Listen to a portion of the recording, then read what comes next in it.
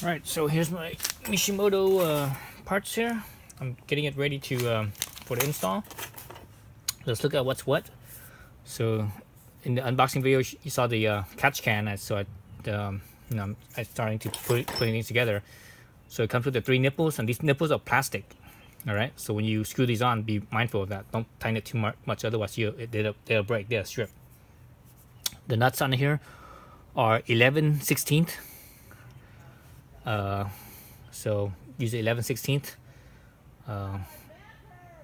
Either a deep socket or a box wrench. Make sure you use 6-point. Again, they're plastic, so if you use a 12-point, the possibility of stripping them is much higher.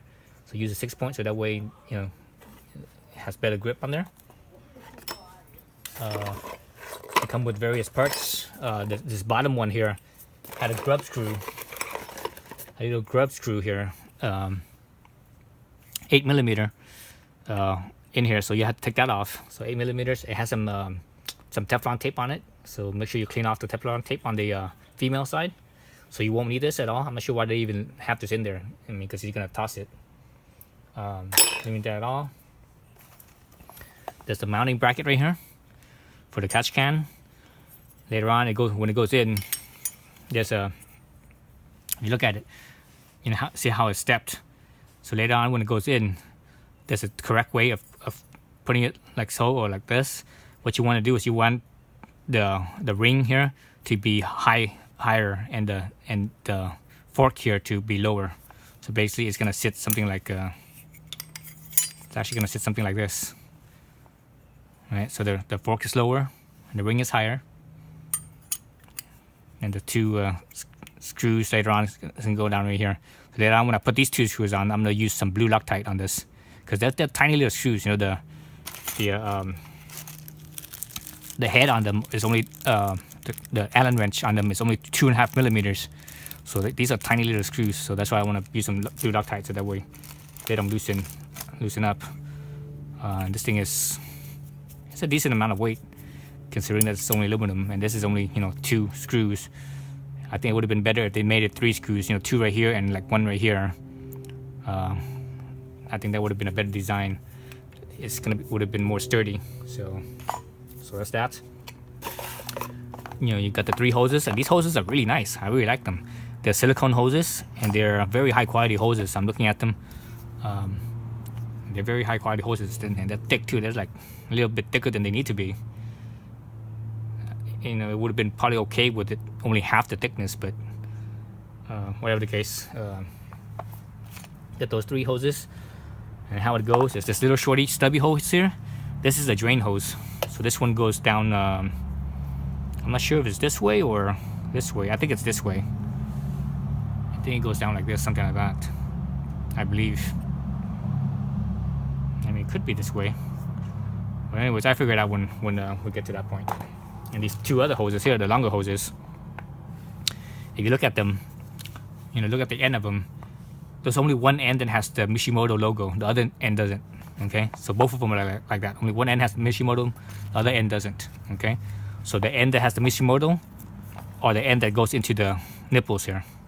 The other end that doesn't have them, that's the side that goes into the engine. One goes into the engine side, and the other side goes into the intake port manifold side.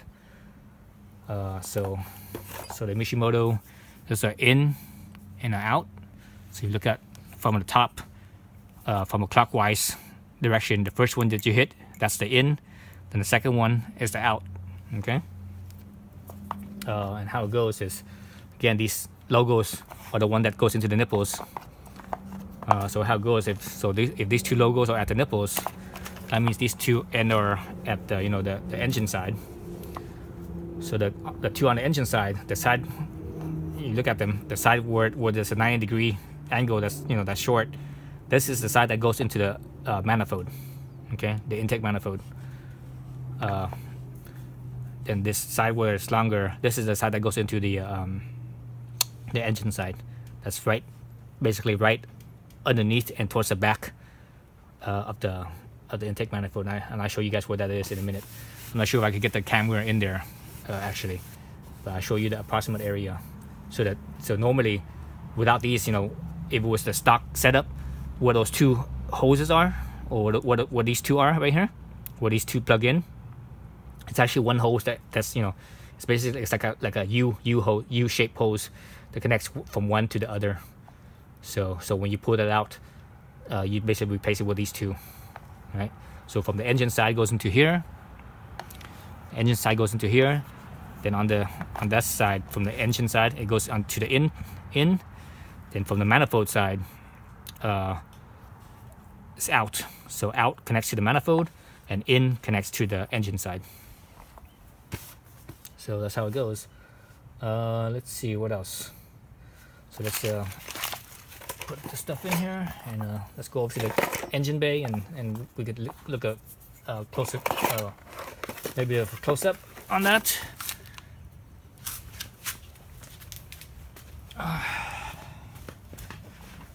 All right, so we have the engine bay here. Let's see how I'm gonna set this down without making it too bumpy here. Okay, so hopefully this is stable enough.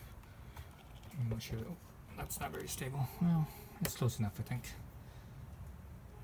Adjust that over, like so. Okay. All right, so let's look at where it mounts. So look at where your, I'm not sure what this is. This is the ECU or something, or wherever your electrical connection right here. What is the shock tower, or, you know, if for the guys that have the club model, obviously you have this, the shock tower bar. If you don't have the club model, then you won't have this. It's just the 3 bolts where the you know, your coilovers mount. So the bolt that's in the back here, that's where this ring mount is. So basically it mounts like this. Remember, the fork side is the side that's lower, whereas the ring side is the side that's higher up. So basically it goes in like so, where the mount is, and that's also another hole right here. This is where the this ECU ECM, there's a mounting bracket there as well for that. So you take that out. So I believe these mounting for the shock tower is I believe it's 14 millimeters, and its mounting bracket for the ECU is I think it's 10 millimeters. So basically it goes in like so, something like that, somewhere like this, and this right here will be something like this in here, something like that, basically. So it's really tucked in here. Oops. So there's that, right? Let's look at where the hoses go. So back to here, we'll actually be, let me move the camera angle here. So you actually have to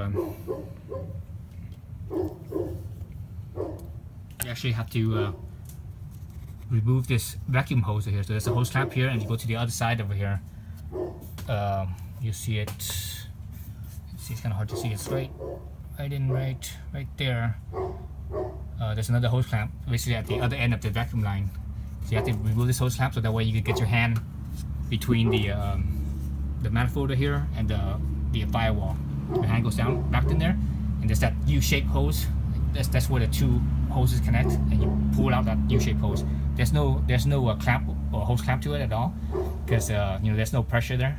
It's basically it's vacuum. It's just like here on your on this. You know, there's no hose clamp here because it's not much pressure here. This is, you know, not much pressure. And this side right here is the intake, so that means it's vacuum. So whatever pressure is on this side, it just sucks right in, right? So same thing with that. It just sucks right through.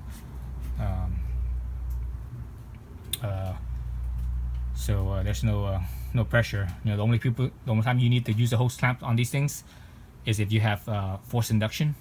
Then everything gets pressurized, right? So it could shoot out. So those hoses could shoot out from the pressure.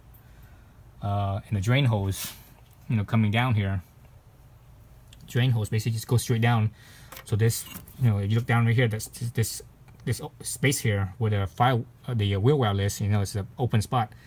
That's the plastic wheel well, that blocks it where the tire is. Let's go underneath there.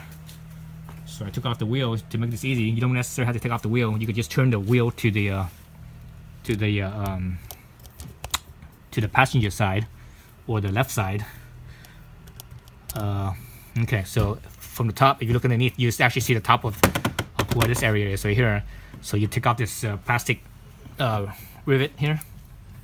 So take out that plastic rivet, and remember these type of rivets are the type where you pop the center out, then the whole thing will come out. So it's the easiest way to do it is get two small flatheads, one on each side, and as soon as you put the flathead right there, it'll pretty much automatically pop out by itself. If you do only one side at a time, it kind of gets cockeyed and it doesn't want to pop out. So from there, that intake hose will somehow drop down right here or so, and there's a mounting bracket that actually it also comes with the kit as well. There's a mounting bracket here. It's this mounting bracket right here. Just kind of a three-sided mounting bracket. So this bracket actually mounts to where the brake line. So this is the brake line right here, right? It's the brake line right here. This is the brake line bracket. So this mounting bracket actually mounts onto that. I think it mounts something like I'm not exactly sure how it mounts. It's maybe something like this, maybe. Either like something like this, or from this side. No, that doesn't seem right. There's no clearance on this side. Yeah, there's no clearance on this side, so I think it's on this side. Now, anyways, I'll figure it out when I get to that point. So it mounts something like this, I think. It's either this way or it's this way. But anyways, once that mounts on here,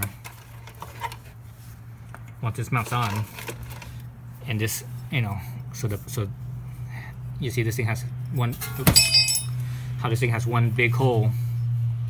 So that's where the mounting bracket is here, and it has two little holes here.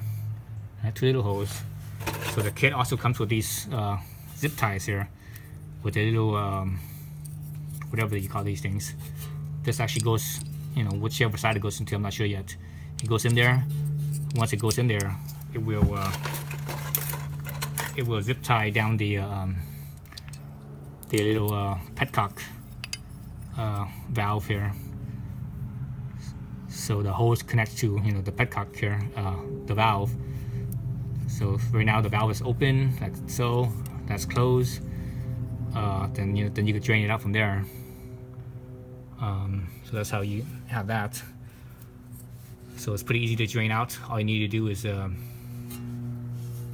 basically just open this up, turn your steering wheel to the passenger side, to the right side, to give you some clearance. Reach in there and just turn this thing, and it comes out. It might be a good idea to get another hose, which they did not provide, is to get another hose to connect to the bottom side, so that way it could drop down further, so it clears your suspension parts. Because I see it, if you drain out, it might it'll probably hit your lower A-arm, so you might want to bring it down further, get another hose and bring it down further, so that way it could clear that, and you don't have to have that, you don't have to have that problem with getting your A-arm dirty, getting it oily. So that's basically what you need to do as far as prepping your stuff and what needs to be done. So I think the hardest thing, I think, is down here. Once you take this hose clamp off, is to reach back there. It's just reaching back there. You're kind of blind. You really can't see anything. Just before you reach back there, feel for where the hose is, and feel for where the where it connects. What position it's at. So you have an idea of once the hose is off. Once you pull that hose off and you put the new hoses on, where to where to get it. Otherwise, if you don't know where it is, you'd be fishing, you could be fishing there for like an hour, possibly, and not find where the hose inserts onto. Okay, so that's the prep for this. So when I start doing this, I will make another video.